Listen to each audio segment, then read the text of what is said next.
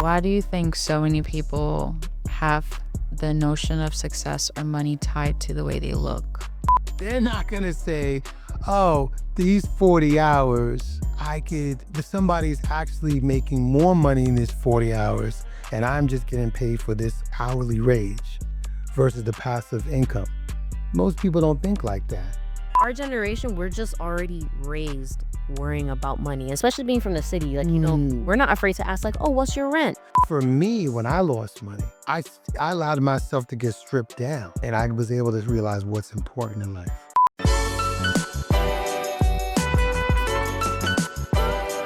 What's up, y'all? It's your girl, Rome. I'm back here again. I know y'all missed me. I'm here with the Stack Project. Who do we have here today? Ariana. I gotta say my name. Y'all know me as Phil. It's a day today. Yeah, it's been a day today, y'all. Like, It's the weather? we're What do you here think? today. I think it's just life. But you know what? That's why we're here, to talk about, like, the preconceived notions that we have about not just money, but success and, like, just life in general. Like, the beliefs that you have that guide you to do the things that you do. Yeah. Sounds like a good topic. But y'all gonna talk about it, right? I'll just chime in. We all gonna talk about it. I'll just chime in. Okay, well, let's start. So, what are some beliefs that you had that changed over the years as you grew? I said I was gonna chime in, not start. I was thinking. Yeah, take your time to think. We could probably cut that out. So, if you have a fancy car that you have money. You always believe that. No, as a young kid, growing up around the way, Yeah. people were saying, yo, he got money because he had a nice car. And then when I got around people who made a lot of money, Right. he was driving minivans. And I was like, but you're worth 30 million. Like, what just happened here? And then Why do you think that is?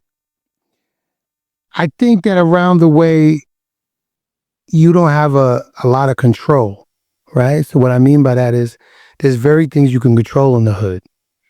You facing whatever issues when you come out, people watching you go to a store, not being able to afford certain things. I feel like a lot of it, people, like, in the hood, they have that preconceived notion like, oh, it's already set up for me. So it's hard to get out of that. And a lot of it, the data is there. A lot of it's there. So what you can control, Like, your life path is already set up for you. sorta, I won't go as far as that because I can It's change interesting. it. I read this study that was talking about how the reason a lot of people, like, the reason representation is so important is because when you see people who look like you do something, you're more inclined to do that Absolutely. only because you believe that it's going to be more feasible for you to do it. Because when you don't see people like you doing the things that you may want to do, that's like a subconscious setback because you're just like, damn, nobody else like me is doing it. How can I do it? Oh, absolutely. I definitely agree with that. But I think that what happens is all you could control around the way, you could dress fly when you leave the house. So you could be living in wherever, right? The projects, you could live in a regular home and your parents don't have tons of money. But what you could do is you could look fly when you step outside, whether it's your kicks, your clothes, your fashion, to your car. Right. So you could control that. You can't control how much money you make unless you get a job. And if they're not giving you that job, then what can you control? You can't control how you look when you leave the house. So I think a lot of it's there. And I think also just in general, people just get a feeling of, I look fly. You got a fly car, you get a fly girl. I mean, that's just how it is, Yeah, but I also think that there's how do I phrase this? I think the lack of having money makes you overcompensate with like getting fancier things because with the like psychologically you're lacking money and you lack the security. So it's like when you're stepping outside, like you said, it's like you feel secure that at least like I look good, at least I'm in a fly car. Because you know what's funny? This is the Yesterday, me and Selena were talking. We were going through our old memories, and then I had said something that was like the boyfriend, the Benz your boyfriend has is on. And it's just like, no, because a lot of times that it does happen because it's like you would think that, oh, they're so fly, da, da, and like you spend so much of your earnings like to look good, to give off this facade of who you want to be, versus like that's really covering up who you are underneath, where it's like you don't have it all together. And I think sometimes it's very important, not sometimes, it's very important to face who you are underneath all of that to truly like get where you want to be. Yeah, but now you're going deep. I mean, I don't think the average person is unless they had a come to God moment. I don't think the average person is gonna think like that. They're like, yo, I'm going out, we're going to the club, you know, we're gonna do our thing. I'm gonna look fly for the night. right. You know, so I think that's the average person. I do think there's insecurities, but I don't think people look at it as insecurities. I think people look at it as I'm just gonna dress fly. So when you look at the insecurities, I think that's going deep. Yeah, I psychoanalyze a lot of things. I like to break things down. I'm like, why do you act the way you do? Yeah, I like to read into people. I will say though, because I feel like partly we're all just average people, like in like like in some aspect or the other. John Legend, we just everyday people. Yeah, like we just everyday people, like there's always a part of us that's just like, damn, like we're all just humans. And I think instead of trying to just like paint it as just insecurities, I think it's also important to like recognize that it's also a part of a bigger societal problem, because we're allowing like we have this, because I take economics of industrial organizations, right? And one of the things that we study in there is brand marketing, and how like, like let's say Supreme, like they probably get the same thing, like same clothing, probably made in China or even made in Bangladesh where I come from, and they would just upcharge it because of the brand name. Correct. So the fact that you can tie like being like, how do I say this? Like looking good to just a brand name instead of like how you're just feeling about yourself. I think that's also a big societal problem, because it's money talks.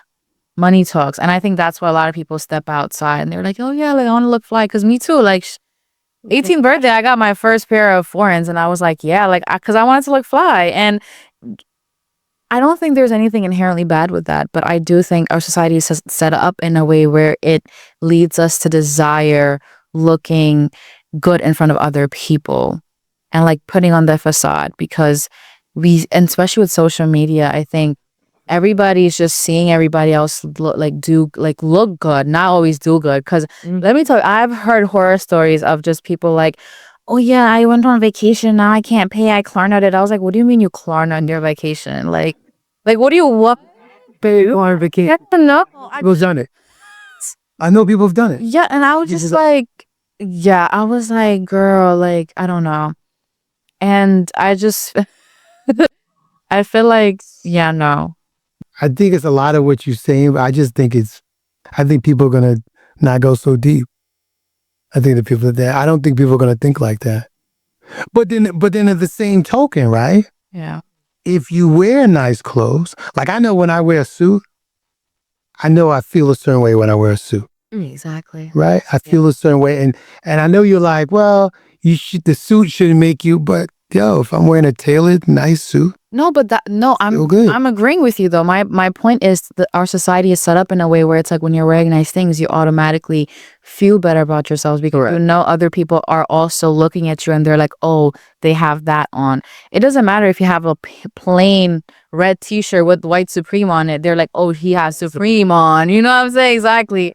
And it's like, so that makes you feel better. But it's like, it's the fact that subconsciously we have that notion that if you have, well, I feel like this is what I've realized when I've studied money, is that when you come from a lack of money, when you see people with money, when you see people who look like they have money, you think that they have money. But then when you really come around people who really have money, you're just like, you look like a regular person. I would not think you're a millionaire. You're wearing a flannel with some, you're wearing like Adam Sandler, right?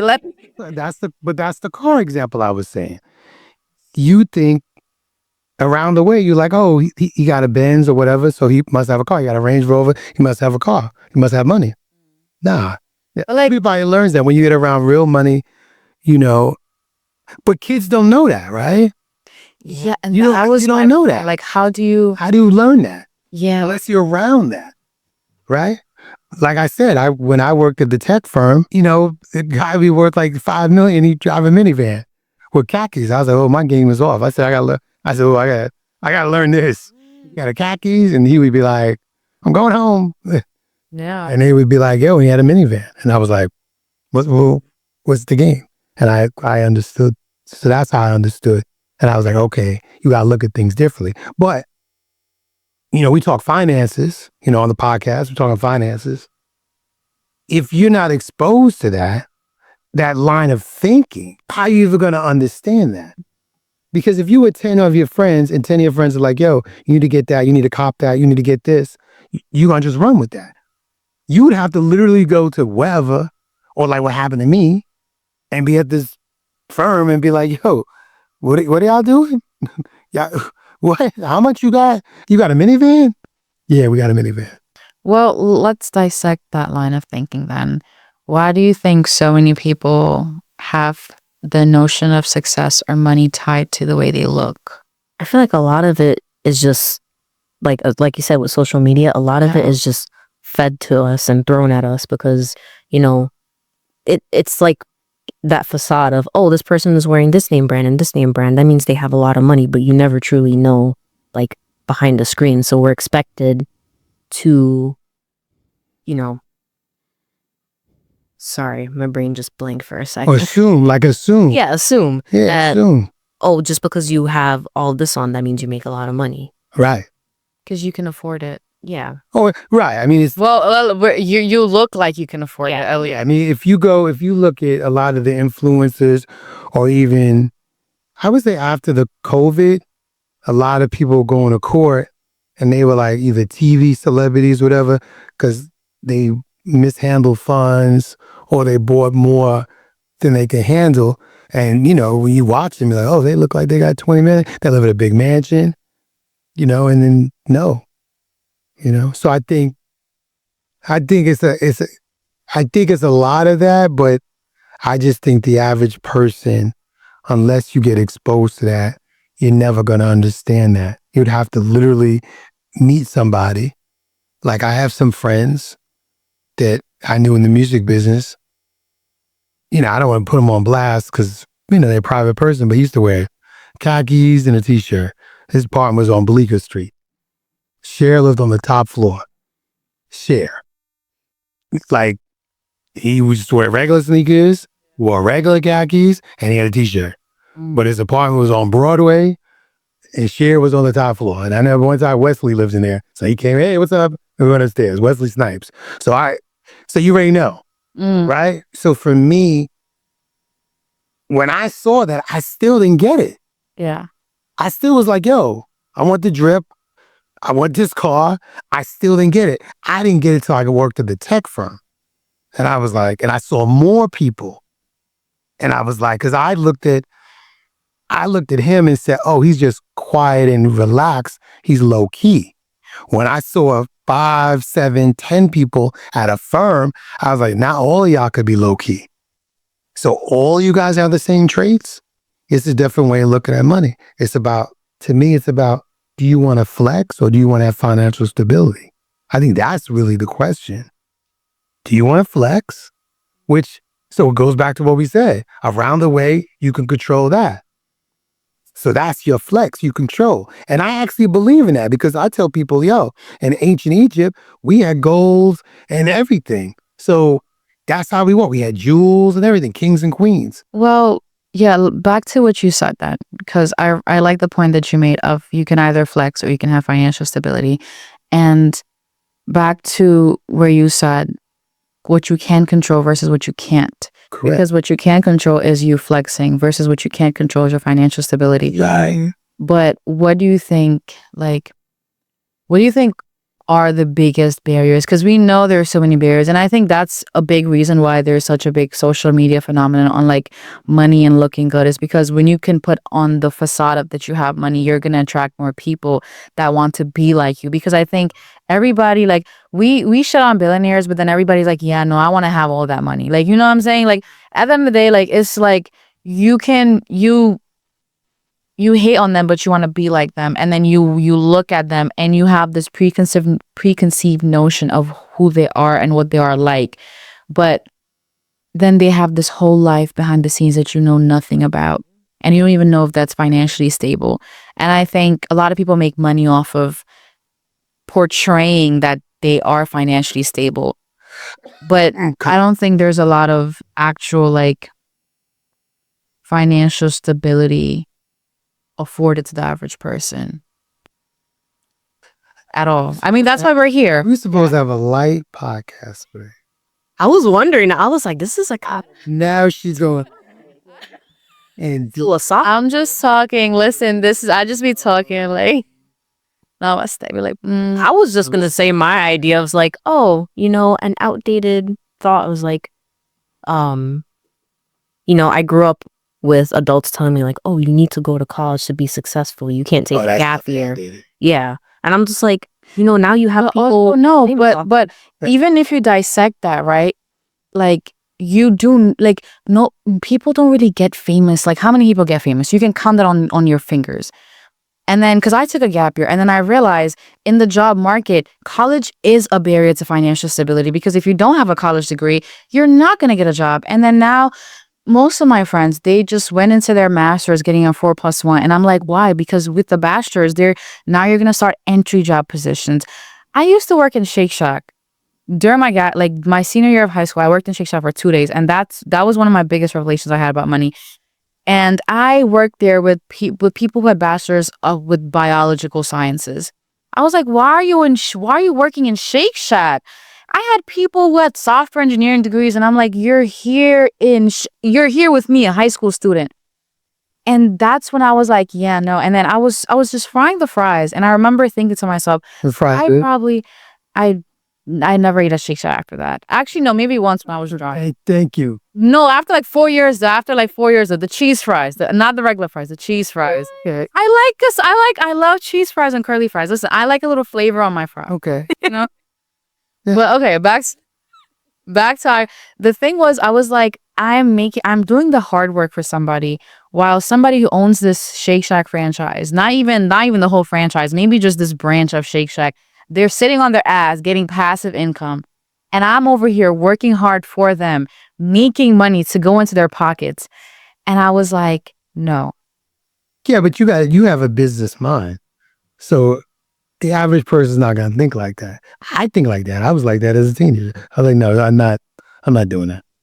I was just like, no, I'm not doing that. No, yeah. But the average person's not gonna think like that. They're not gonna say, oh, because. Okay, how do I explain? Let me try to explain it really simple. They're not gonna say, oh, these 40 hours,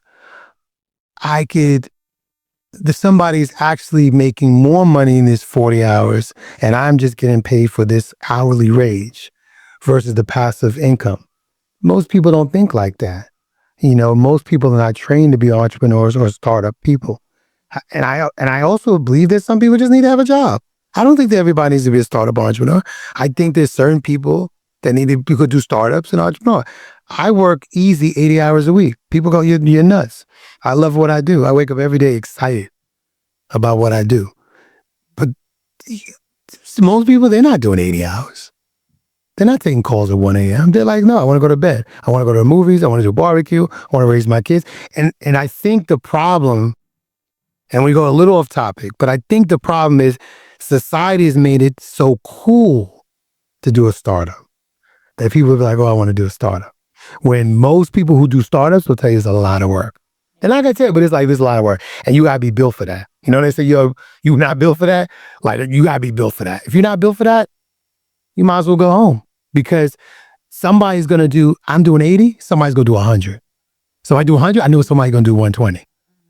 And that's just a different philosophy. So that's what you saw working at Shake Shack. You were like, nah, man, I'm not, you know what I'm saying? I'm only getting paid this much, you know? You're like, nah, I'm not doing that. I also recognize the amount of work in startups too, though. And I feel like over the summer, I was working at an insurance company and I was doing like a 9 to 5. Yeah, you can. Well, yeah. Like 40 hours a week. How was that? It was You survived? tiring. I did survive. And the routine was kind of nice, like waking up every day. Because sometimes like I would like, during college, like literally I was up until 4:30 a.m. last night studying. You had a nice routine. The routine was nice. Routine was good.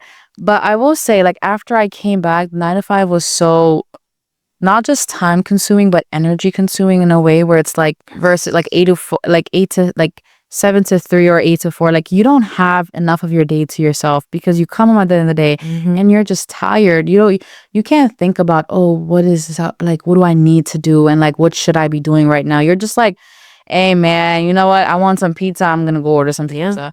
And then that bleeds into, no, I think that not only just flexing, but also just like, when you talk about financial stability, I think a big part of it is what you're putting your money into. Because the only difference between savers and spenders are the fact that they save the money they earn versus they spend the money they earn. So I have a thought, but I want to get Ariana's thoughts on the 9 to 5 grind. And I'm going to remember it after that. Okay. About the 9 to 5. Oh. Well, your thoughts, like, are you tired after work? Honestly, the other day I kind of spiraled into existential crisis. Not gonna Girl, I lie. feel you.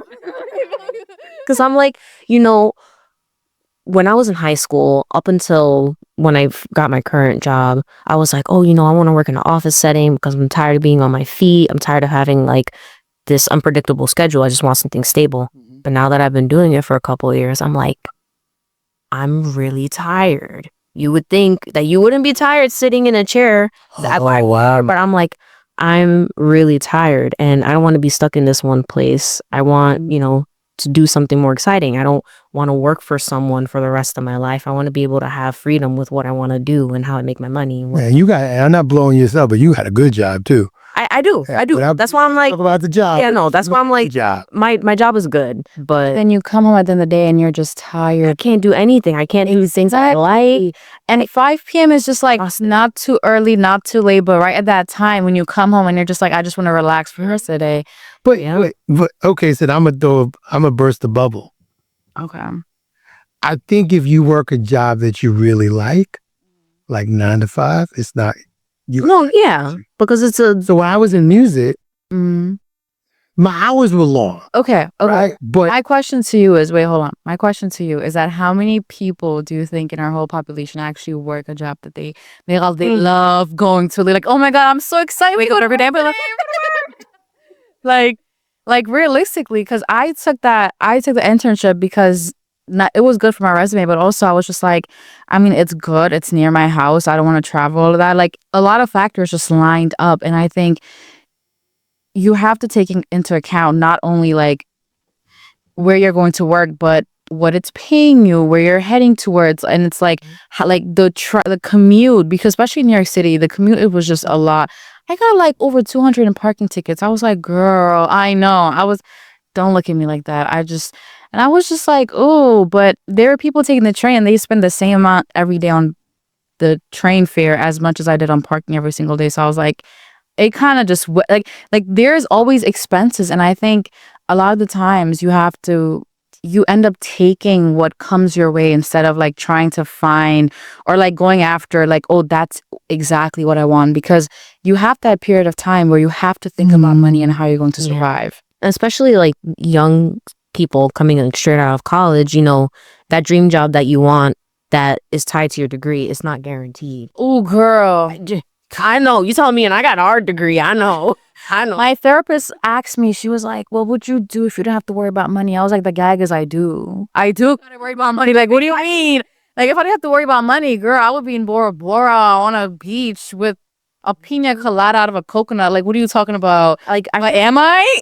Our generation, we're just already raised worrying about money, especially being from the city. Like, you know, we're not afraid to ask, like, oh, what's your rent? How much is this? How much is that? Because we're so like financially conscious that we don't take it as like, that's a good point. I think also because the wealth gap has been getting bigger and bigger. Yes. we're more aware of it too. Yes. Getting worse somewhere every year. Yeah. I wonder why. Amazon is becoming like a monopoly. You know, they started selling drugs.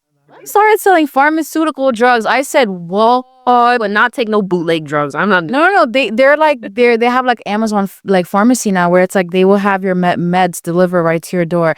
And okay, so I watched the Amazon documentary, right? Because I love dissecting. Why this?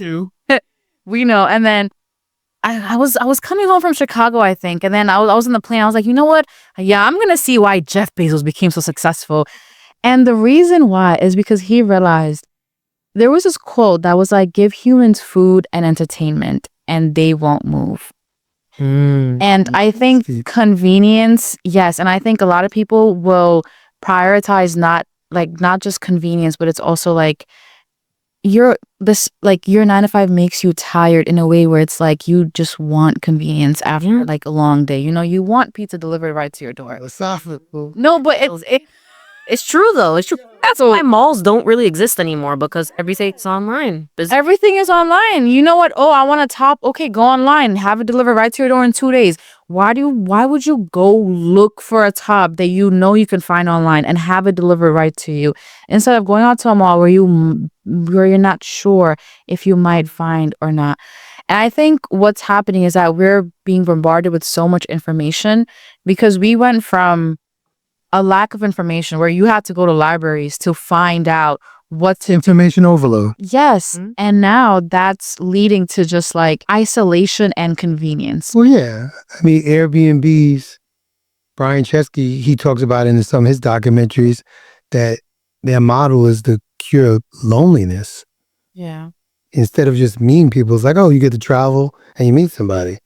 So social media is fantastic, but it's actually made society more. There's a loneliness epidemic because you have all these people in your circles, but then who are you really connecting with? And I think it goes back to the point that you said where it's like you have so many people throwing at you like, oh, you should do this what looks good, this and all. Like you have so many people putting their idea of success in front of your face.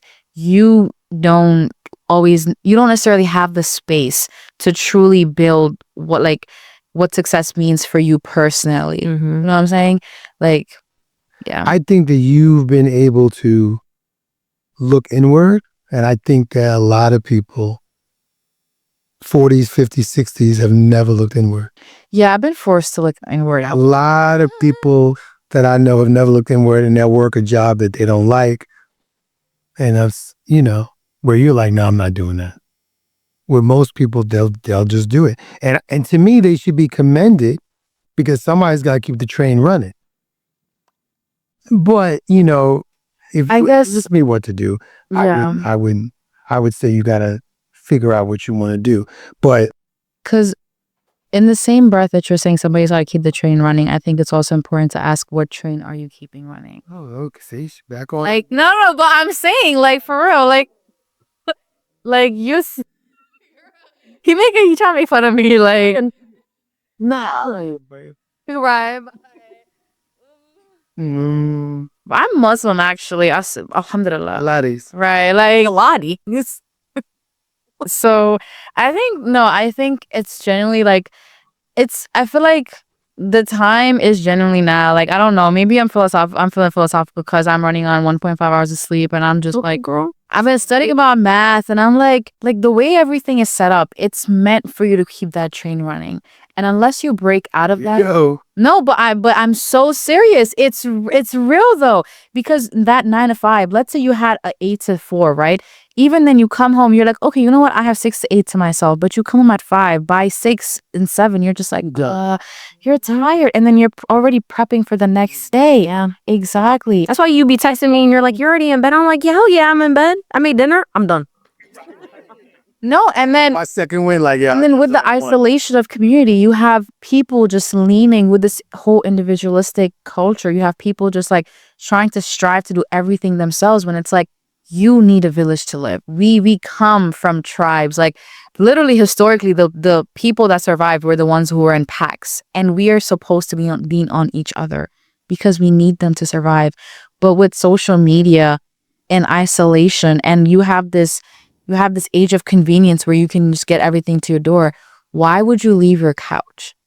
Because when you during your 9 to 5, you're like, oh yeah, like I'm doing work, I'm doing what needs to get done.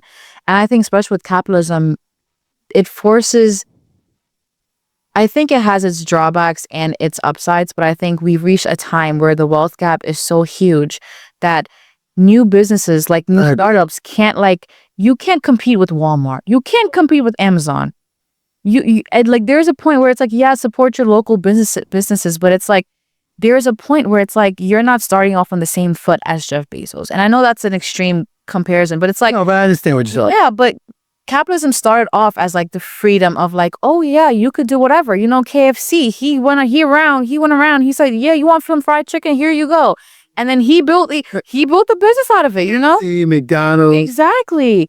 And and I think the fact is, with time, what happens is that wealth accumulates. And when you don't come from wealth, what ends up happening is that not only you're not taught wealth, you end up in that train, running that train of what it's like. I remember this was a literature thing I did. There was like, when you have a workforce, you have inherently two parts of it. You have the people who are employing you and you have the employers. That's not always a bad thing, like you said, because if you're giving people the correct amount of compensation, but what ends up happening with profits is you're cutting their wage and keeping it into profits, and now you're increasing that even more, but you're giving them just enough to survive. Yeah. And you're making them work just enough where they don't have the drive anymore after the work to actually like, oh yeah, like I want to do this. Because I wanted to get one of my licenses over the summer, but I was just tired. And you know what? Like after my work day, I would just be like, yeah, I do want to just sit down. I want to go for a walk because I needed that time to replenish myself instead of just Before you go back on the train. Yes. Yes, because I'm keeping the train running because it's the most feasible option for me, not because that's what I truly want to do.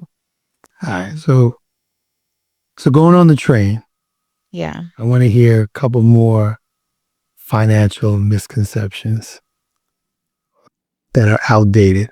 I think college is definitely one, because I don't think that Saving money in a bank account instead of like what's wrong with saving money, mate? instead of investing it, because you know you're losing money. They're not, even the annual percentage yields, like they're not giving you as high of like return as investing. Yeah, so you want to invest more. But if I met a client who didn't understand investing and they say, yeah, but I saved 20,000 in my bank account. Mm-hmm. That's better than not saving. Right. I would still say you're better than most because you actually have the discipline to save money. Now, yes, we want you to invest. That's the goal. But if they save that, I would still be happy. Yeah. I would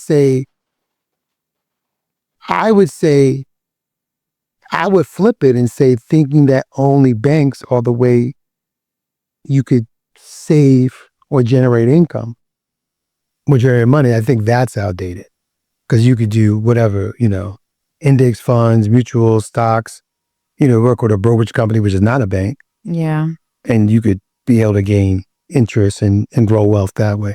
I think that's, yeah. that would kind of skew it more that. I do think we're heading more towards like a uncentralized banking system with cryptocurrency. Here we go again. Sure. Here we go again. Hopefully in the future, because banks do, like, I feel like they're a financial barrier to when it comes to owning your money, because a lot of the times you're signing off 23 pages of documents and you're like, what did I even sign? But you have to agree to it to make the bank account, right? Yeah. But I'm telling you, the average person ain't thinking like that. I'm thinking like that. But the average 20, they just sign it in, they just like whatever. FDIC insured it, if they know FDIC insured means. I just found out like last year, I think. Well, that's good. You're better than most. That means your money is insured. So they can rob the bank. Yeah. You can lose your money, and it's insured up to $250,000. Yeah. It used to be 100. Obama raised it. I believe it was the Obama administration raised. I could be wrong, but it was the Obama administration raised it. After the Dodd-Frank, they raised it from 100,000 to 250. And then the hustle is you could put it in 4 accounts. So if you have $1 million, you open up 4 accounts. You don't just have one account. 250, 250, 250, 50. So all 4 is protected. So Well, what other luckily, myths? What other myths? let me think. I don't know. What outdated financial misconceptions do I have about money? My main thing was the college point, because I feel like Yeah, college is totally different. I think that college. because a lot of people now are saying, "Oh, college is a scam." I'm like, Well, yeah, I mean, that's the rhetoric now. I don't think college is a scam. I think that you're supposed to go in with some type of major or some type of thought process of what you want to be. So if you're a doctor, you need to go to college. "Oh, You got to go to medical school and you got to do the training and get it there. But if you want to do art in Paris, I was gonna say like some degrees. what's the point? Like, you need an art degree? No. Yeah, like some degrees. Obviously, it is really good if you go to college, like I said, doctor, Like doctor, lawyer, dentist, accountant, dentist. But like for the more creative, aspects of it, a lot of people, like I know a lot of artists who didn't go to college and they put in the work and they make a name for themselves and they're working for like big names. So it's like, Correct. should you really go to college depending on what you want to study, or should you like put the work in and do it yourself and save the money? Potentially. But I also think there's a discipline behind going to college. Oh no, definitely. There's a discipline being able to do the classes, do the rigorous course. I think there's something to be said about that. And I think a lot of people, not just young people, they need some structure and some discipline. I know a few people who need that. So so there's something to be said about that. But I think the biggest thing about college is that it opens doors for you that not through college wouldn't. Because even like now, like especially in my senior year, I'm definitely trying to take I'm trying to make the most of all the opportunities being afforded to me, because I know like after I graduate, I won't have the same connections or opportunities or the same events to go to, because now I'm alumni. I'm not like an undergrad student that I'm going to have access to. I will say though, I feel like 18 is too young a time to choose a major all the time. Oh, you feel it's because you're still learning about yourself. And yes. And I've definitely, like, even like you said, a lot of people go into their 40s, 50s, they're doing the same thing that they did for a long time, just because like maybe it came easy to them or maybe they're good at it, and then they didn't really have like that time to like think about what they truly want to do or what like really makes them tick, so they can actually like wake up and be like excited to do what they're doing for the day. And I think because I was on my last lap and I was like, what if I wanted to do psychology? Because I enjoy psychology. No, I really do. And then I was like, yeah, no, it's too late to change my major. I think about that now and I'm like, I already graduated. Maybe I should have done this. And it's like, and I feel like college, it opens doors for you, but also it puts you on a path, and maybe you should be able to take more paths and not just be structured into that one singular whatever it is that you do. Yeah, I think it's it can be a lot of responsibility on a young decision that might not mature the way you expect it to. Because you may think going into college, oh, I want to be a doctor. And then 4 years later, you're like, nah, I don't want to do this. But then you major in biology. So what are you going to do with that now? I feel like also like the point you made about, older people, is that like back then it was more like socially acceptable to just do one thing and stick to it for like the next 40 years until you retire. Yeah. Compared to now where, we have all this technology and we see a lot of different people's aspirations that we kind of take our time with it. And, we constantly change. Like you said, like, oh, well, what if I want to do this in 2 years? What if I want to do this in 4 years? We're completely different people in 5 years, every 5 years. So I feel like a lot of like individuality has to do with that, where young people don't want to be stagnant right now. We want to make something of ourselves rather than just be comfortable all the time. Fair enough. Yeah. I think that also bleeds into like a preconceived notion of money, because I think before, if you worked 40, 50 years and just regularly, you would be fine because your pay would be... Rome, sorry to interrupt. No, you're good. It's his feet doing that. No, it's I think you're holding the mic stand. I'm not. You got to murder me. Yes. Oh, sorry. Yeah, I think you on. Okay. Yeah, that was it. You're right. Yeah. So I felt him doing that. Yeah. Can I just make one topic suggestion? Yes. One thing that I think is really interesting that not a lot of people think about is like the benefits of failure. Like if you want to back up to where you're talking about entrepreneur, Oh yes, I would love to talk about that. all those guys talk about like how important it is to fail and fail kind of often and like figure out how to fail well. So when you come back, you're I would love to talk about that actually. I failed at something last semester. I don't know. Are you gonna say you never failed? I agree on that. Oh, I definitely failed. Right. I just I don't want to derail. I just think the middle of the thought. I just think in the Black Latino community, our failure hits us harder. Yeah. Well, Right. I don't think it comes natural to anyone. Because but I'm saying my think- white friends that fail, they'll get like a check from somebody to balance them out. When I failed, I'm eating oranges. You know what I'm saying? Like, Okay, but I think that's a good point because when okay. We're gonna come back to that topic. Yeah. You gotta finish your thought. Yeah. Okay. yes. Oh yeah, but I think right now, like let's say if you stay in a job for 40, 50 years, you're not getting the same promotional like The companies, you're not right. pensions. Mm-hmm. Back in the days, there was pensions. Yeah. So you stayed at a company. Like I think my dad worked at this company. I think he had a clock they gave him. It was like 35 years of service. I was like, damn, 35 years of service? You know, of course he had a pension. He had that. Right. They don't give that now. Now it's like they don't really have pensions.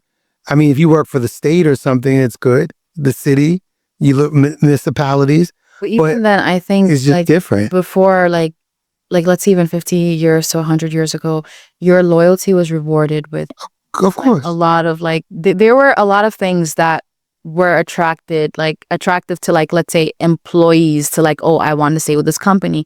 But now I think it's more so like, oh, I'm just, it pays good. I know what to do here. And I read something about that went along the lines of if you're really good at your job, they're not going to promote you because you're too good at your job, because they want you to stay there, because they don't want to find another person to do what you have to do because you're already really good at what you do, and they're going to keep you there. And then that's why like it was like how every 3 to 5 years you should change your job. Yeah, they've been pushing that now. Yeah. Which I don't know about that. I don't know. Really? I don't know about that. Why not? How come? I think there's something to be said. There's something to be said about being an expert and understanding your job, Yeah. right? So I think if you're in the music, so let's use whatever car. We don't have to use the music business. You say 5 years you're at some place. But if you're still doing your craft and you're there for 10 years, 10 years you should be an expert. 5 years you should be really, really good. By 10 years, you should be an expert. Like you know all the ins and outs. And that is something that can't be taught, right? The fact that you were able to spend those years to learn something. I do understand people being bored and they want to change things. I understand that. But as far as knowledge base, I think I just think there's something to be said about longer levels of it, because let's say like you're like a bank teller. Oh, you're talking about like a basic jobs? Exactly. Oh, you're talking about basic? If you're expert if you end up being an expert after 10 years, it's like, why are you being paid the same? Why not take this other opportunity? Oh, okay. You're talking about you're talking about like a versus like you become like a real job, like because those are the jobs being afforded to the average person. You have like let's you work at Shake Shack and you doing fries. Yes, You shouldn't do that for 10 years. exactly. Right? You would only know how to finesse the fries now. Exactly. The salt. Let's say you're one of the like phone call people for like like Customer service. Yeah, customer service, and you're really good at it. You have 5 out of 5-star reviews. Why would they promote you? Well, I would promote you because I want you to manage the team. But remember, I think differently. I'm looking for all That's what you would stars. get up to. What's next? Start your own company. But I'm an entrepreneur. But everybody's like that. I'm an entrepreneur. Right. And I think that's why it's so important to. Well, I did a lot of things in college. I'm not gonna lie. I tried, and Experience is good. but I think what's one of the barriers that holds people back is that they're afraid of what might happen or what people might say, because But that's with everything though, right? That's when you go out, hang out, what kind of car you got with it. I think people are always gonna judge. And you have to get the thick skin to be like, I don't care. That took me many years to be like, I don't care. I feel like I still care certain things. right. But 99%, I don't care. Okay, so what got you to that point? Certain failures, certain situations in my life,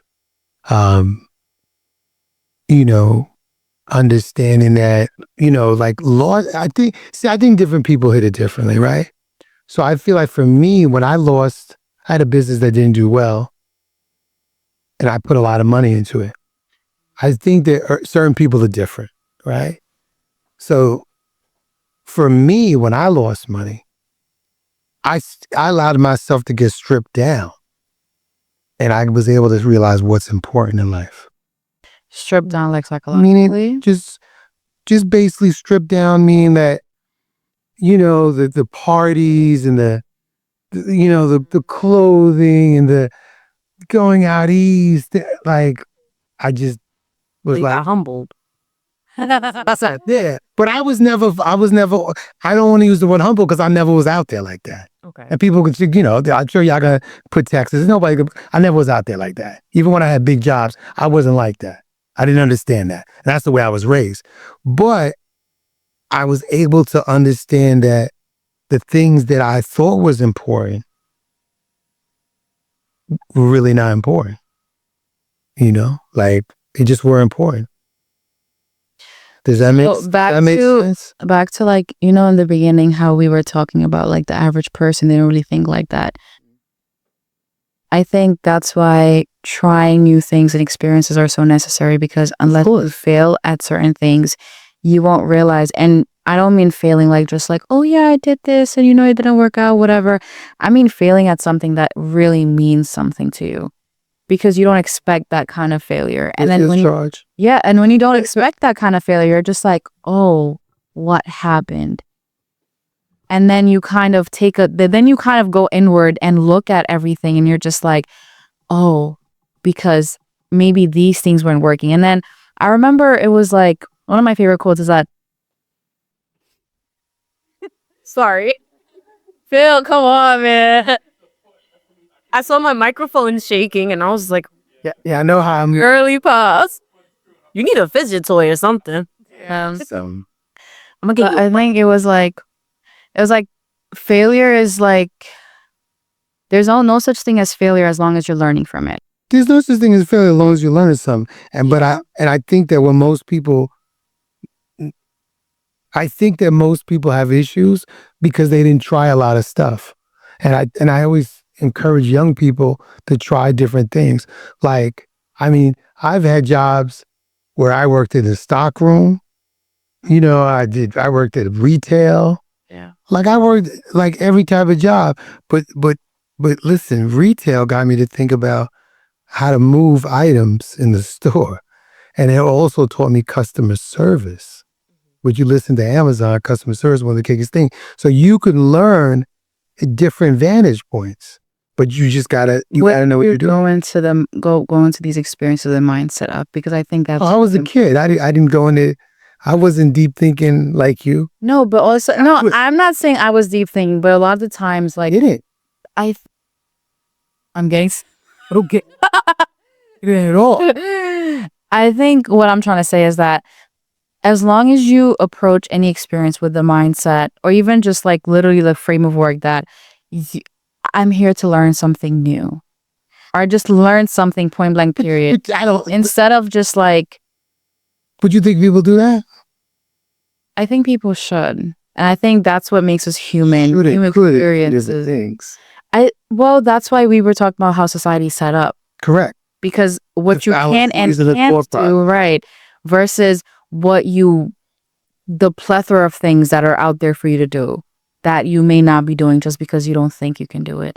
I think it's easier to say to a young person, you should explore these things because you don't know where the road of life is going to take you. So this experience might help you 2 years, 3 years down the line. I found that to be more valuable than, well, I came here to learn. I disagree with that a little. And I'll tell you why. Well, you're younger. Yeah. No, I feel like it's because if you look at another young person, they're going to be more concerned about what people are going to say if they do that.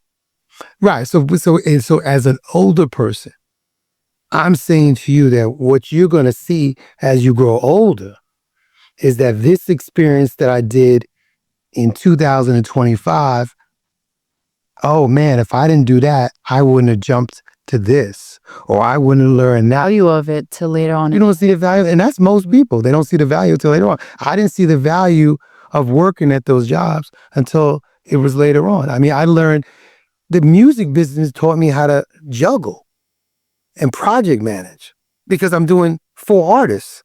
And this one's getting released, this one's on tour, this one's going out. So then I mentally know how to juggle. Like, I'm a beast at it. But it took me years of being in the music business. Anybody in music, they know to juggle and they do 5 projects. Because you don't work 1 artist. You work 5 artists at one time. So you have to be able to juggle. You have to be able to project manage. And you have to be able to do it well. That's a skill set. I didn't learn that in college. I learned that from on the job, but it's not till later on when I was with a recruiter and she said, "Oh, you did a lot of project management." I was like, "Oh, what'd y'all call it?" And I didn't look at it, but that's really what. So that's why I could run a lot of organizations because I'm looking at it differently, but I wouldn't have known that from just doing something in the music.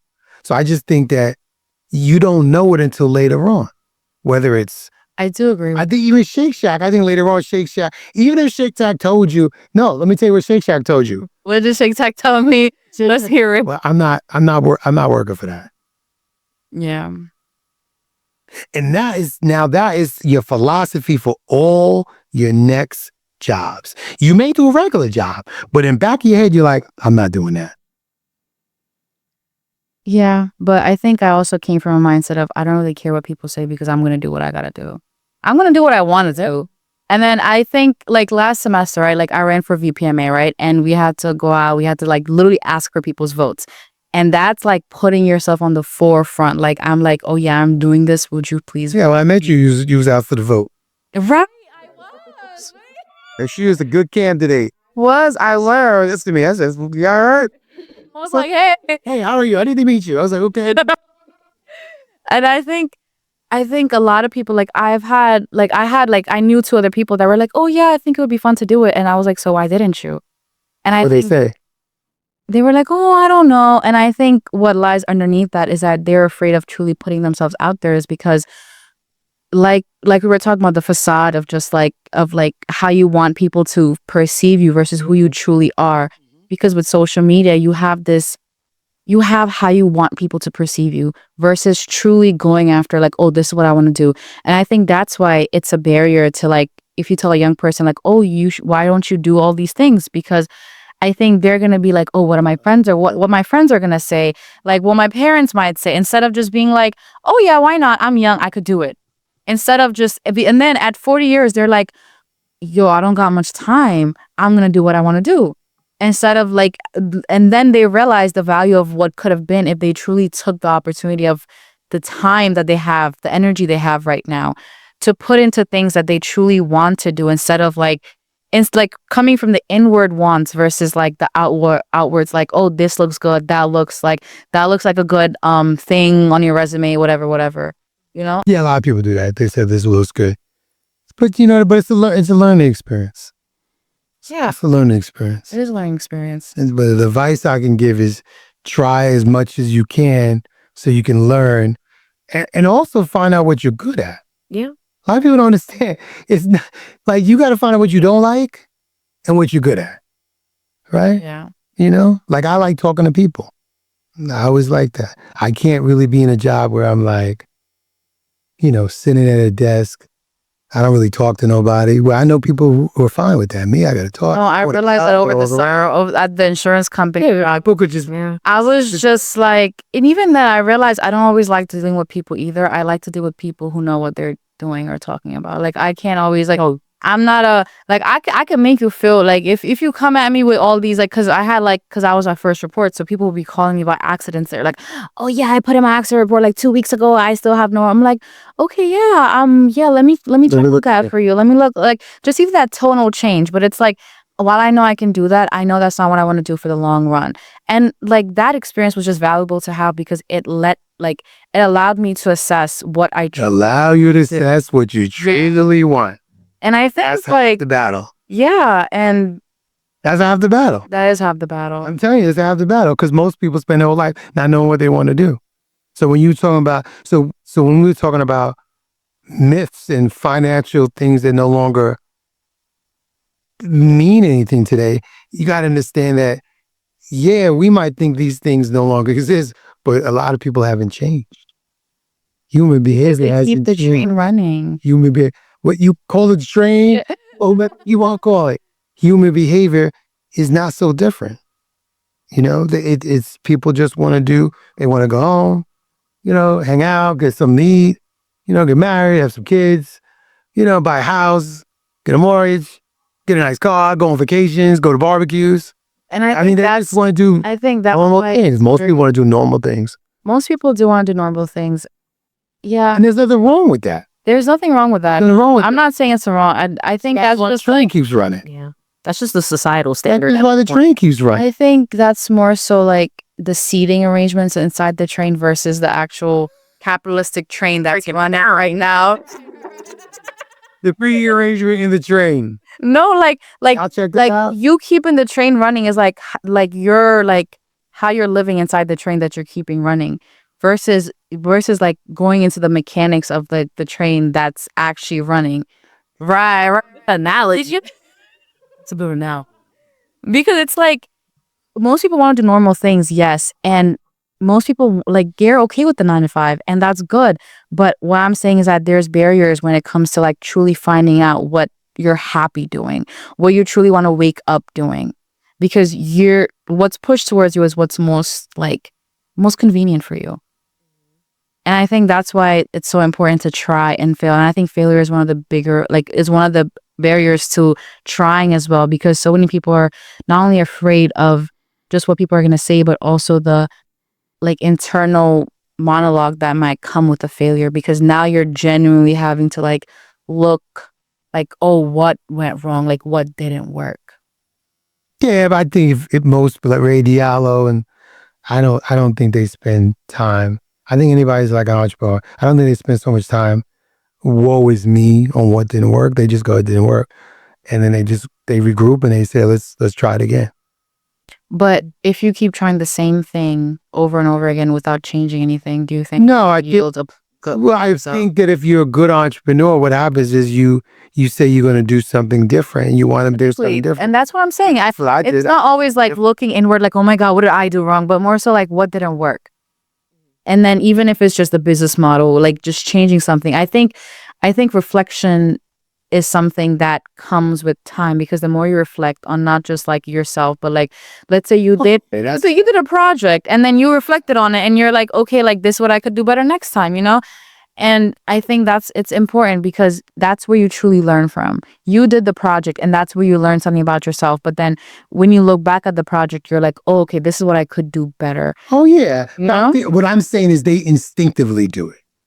Yeah. I don't think I could be wrong, but most of the entrepreneur friends I know, they didn't spend like 100 hours going, let me dissect. I don't think you need 100 hours to dissect. Next project, and let me see different things. Yeah. That I can do. I don't think you need 100 hours to dissect. I use it as an analogy. I think you just need to actually ask yourself what I can do different, and however long it takes for you to answer that for you. Yeah, but I didn't do that. So what did you do? I just started another company. With doing the same things that you did last time? No. Exactly. So you did do that. Right. So you did do that. Thought process. I just said we're gonna do things differently. So you did have a thought process. Yeah, I'm saying it. I'm saying not a details. Right. It doesn't always need to be detailed. Like you said, the average person, I think I am more of a detail-oriented person just because I like going into the nitty-gritty. But I've also realized, like, but I've also realized, like, there's, like, a difference between overthinkers, like, thinkers versus doers. Like, there's this picture thing where it's, like, the thinker's just sitting here thinking, and then the doer is just, like, there's the footsteps, and it's not there. That's my point. Most entrepreneurs, we're not going to spend 90 hours thinking, we're going to be like, let's get this project, let's get it going, let's be a doer. Mm-hmm. And as you're doing the process, you go, let me try something different. Let me try this, put it in this level. You know, I think that's what happens.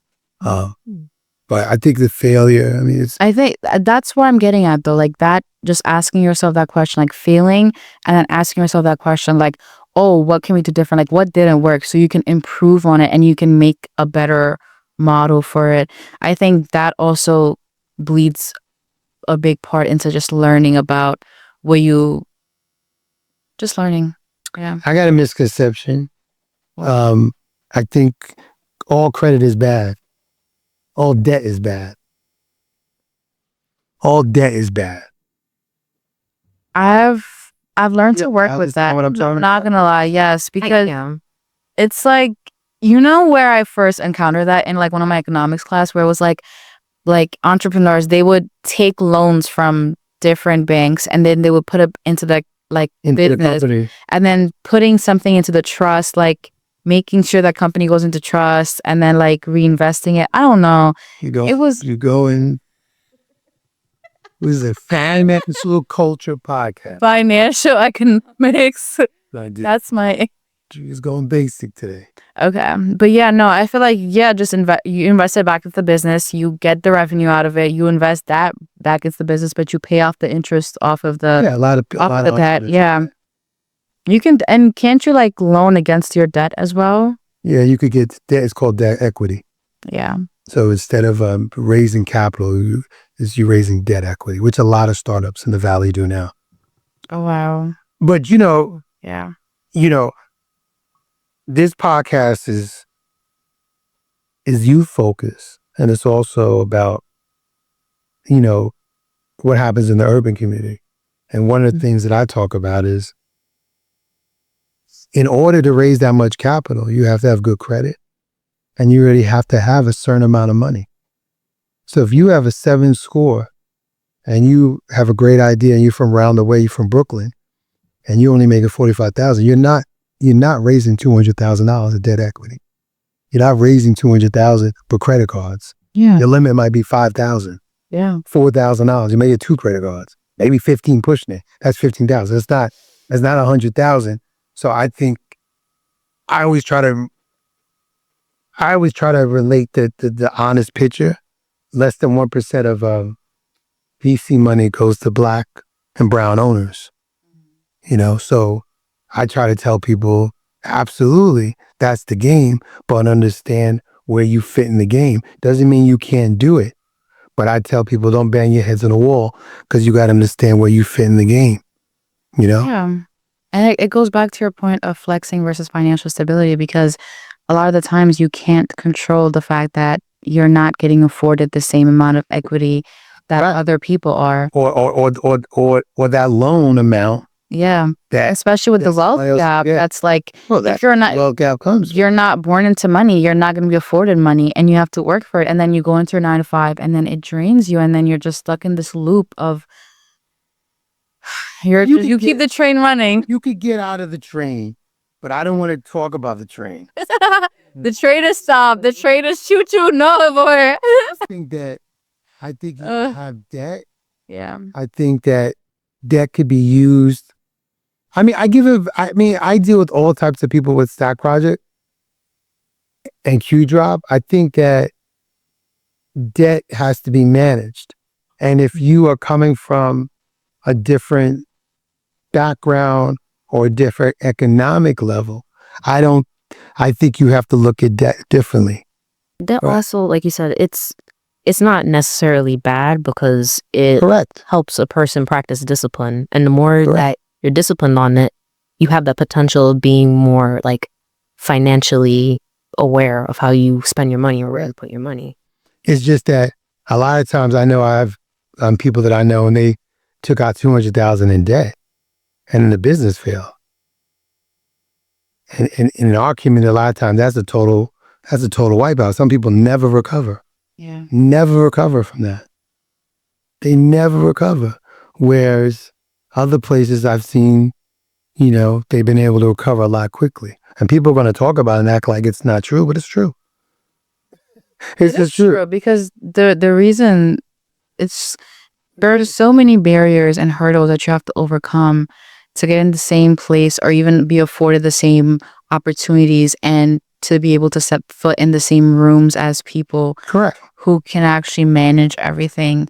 You have to, like, me being a woman of color and going to a PWI, I've had to work twice as hard as a white mediocre man to get in the same rooms, to voice my opinions in the same way that somebody else is just like, oh yeah, I think this is happening. And then I have to say confidently in my voice, no, I know that this is what's going on. Instead of being like, oh yeah, I'm sorry, I don't know. And I think society just, it's shaped in a way where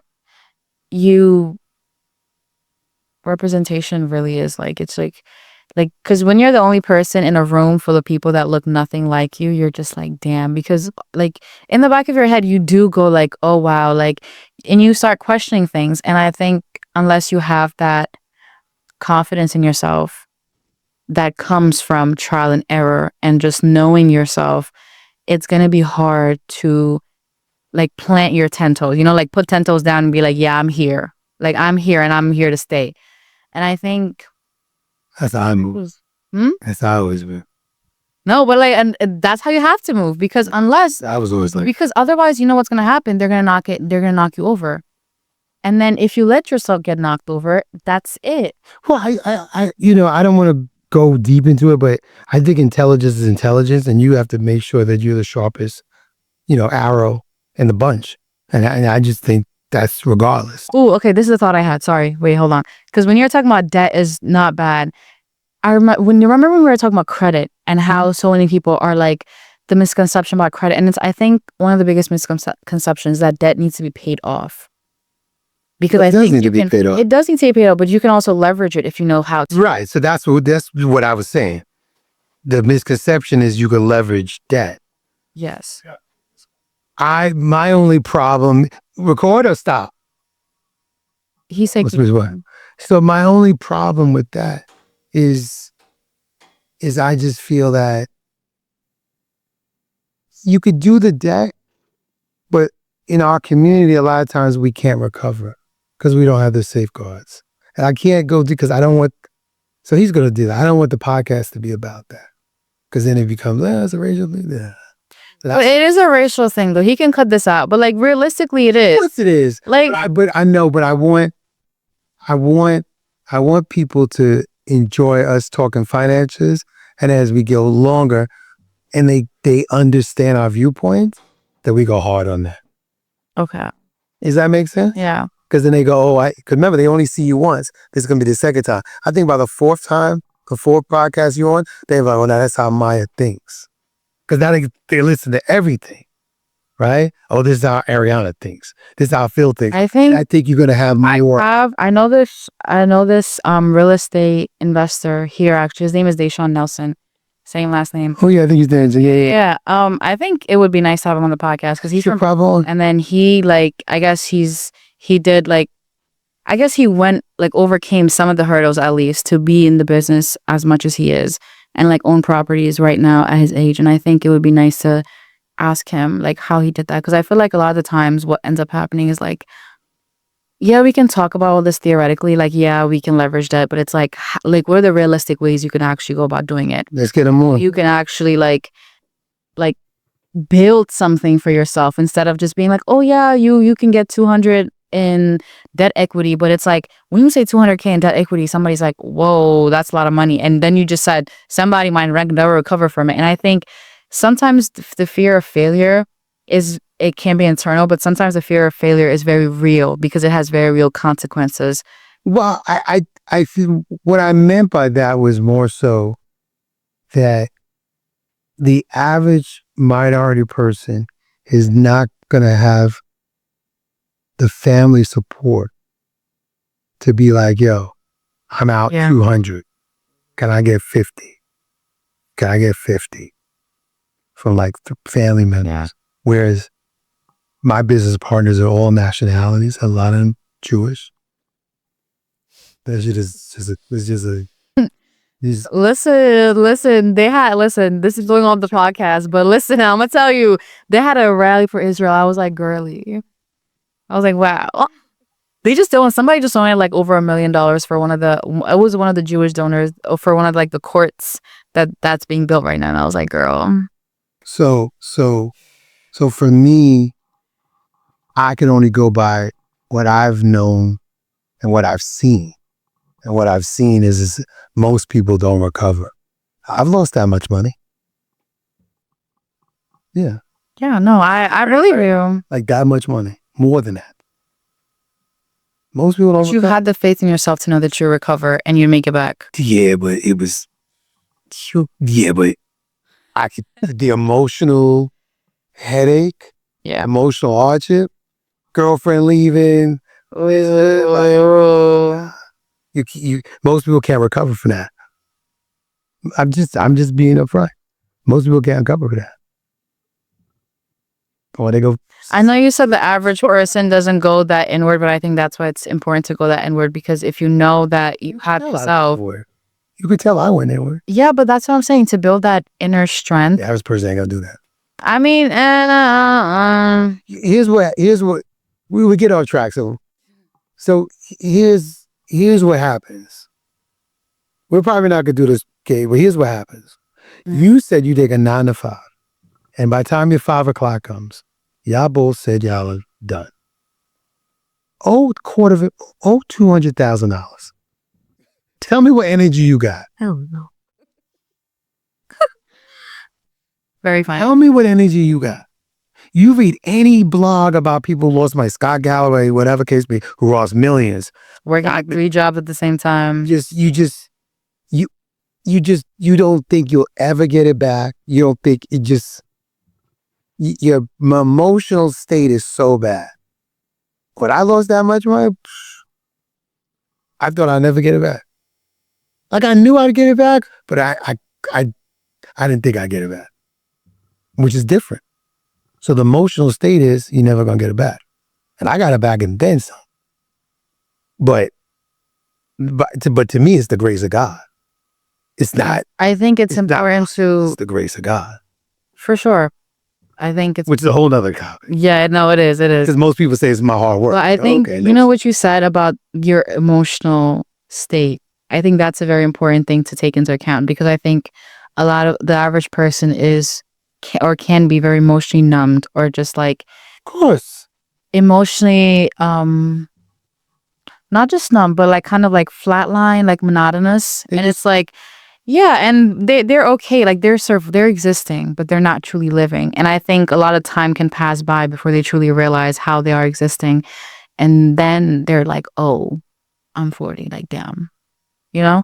And I don't think there's anything always wrong. Yeah, I know. I think one of the biggest fears I had. It is 60 and they lost. Yeah, was like 50s. It was this quote that was like, what would you say to the ghosts of who you could have been on your deathbed? And I was like, oh wow. Because if I can do all of these things right now, I don't want what ifs when I'm about to die. I don't want to be on my deathbed saying like, oh, what if I did that? Because I'd rather do it right now and fail. And even when I do fail, I gauge the amount I'm failing. As a young person, you're supposed to try everything now, because you always. No, because like you said, come back. I'm not like. I don't have that support from my family. Like I pay for all of my college out of my own pocket, and right. So we lost $200,000. Exactly. Who's paying it back? No, even my mom, she doesn't know everything that I owe, like everything that I loaned from my college, right, from the government. Because I'm just like, one, you're not gonna help me do it. Second, you're gonna now talk to me about like, oh, why did you do all this? Like now, because loans are a bad thing, but those are subsidized and unsubsidized. I know what I'm doing because I know how to. Loans are not a bad thing. Loans are not always that bad, and I think, but it's also not just like. You can't break a generational generational curse if you're still trying to please a generation that's cursed. And I think that's why it's so, yeah. And it has really stuck with me, because I think family is very important. But if those family has, no, yeah, for sure.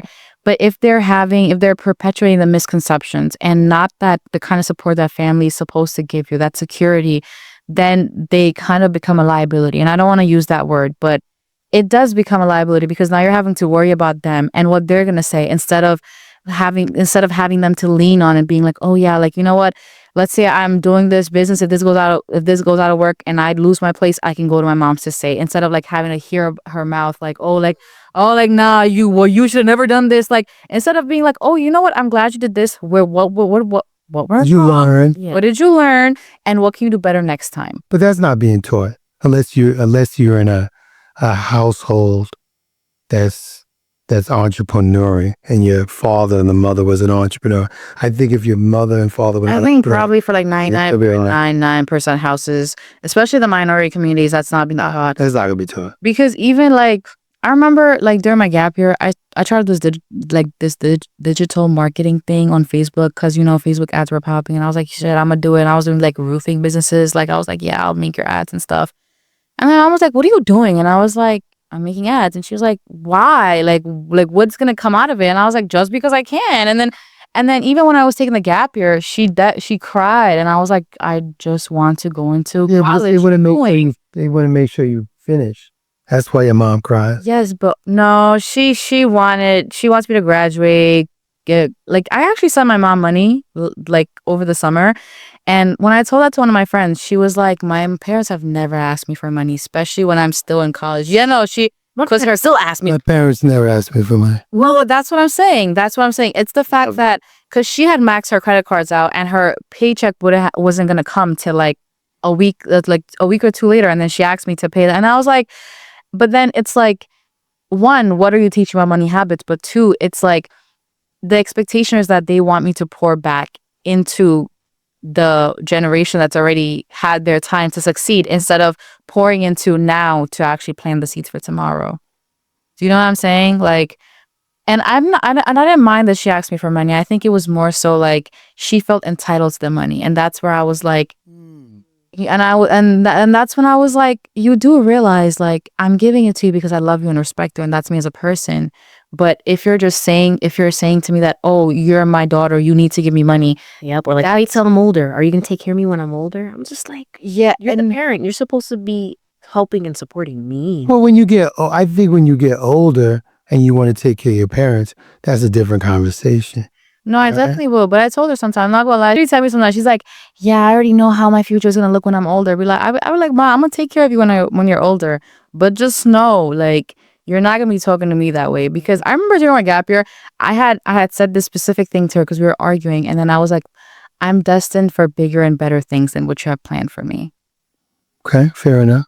And I feel like a lot of the times those misconceptions, not just about like financial things, but also about how the world works and how like society is set up. I think that bleeds into you making sure your children act a certain type of way. And like, even like my mom called me rude, and I told her, I'm like, I take it as a compliment, because you telling me that is you telling me that I'm not fitting into the social norms of how a girl should be, because I speak my mind. If that's rude to you, then that's rude to you. But I'm going to voice what I think is what I think, because my voice deserves to be voiced, instead of like her always being like, oh no, you need to be a nice girl. I was like, girl, what? Yeah. Rather be a bitch than a rat. No, for real. Hi. 10 toes down. Oh yeah. Oh girl. So with that, 10 toes down, y'all. we're gonna close. I can't believe that's what we're closing off with. We gotta close on that. It's your boy Phil Rome, who's back. And RBG talking through me. Rather be Ariana, co-host. Yeah. The Stack Project. Check us out on Q Drop. Stack your bread, stack your knowledge. Peace. Cook up a storm, been performing, pushing recordings, she gave me more friends, bands, I got it planned, man, you can't stand.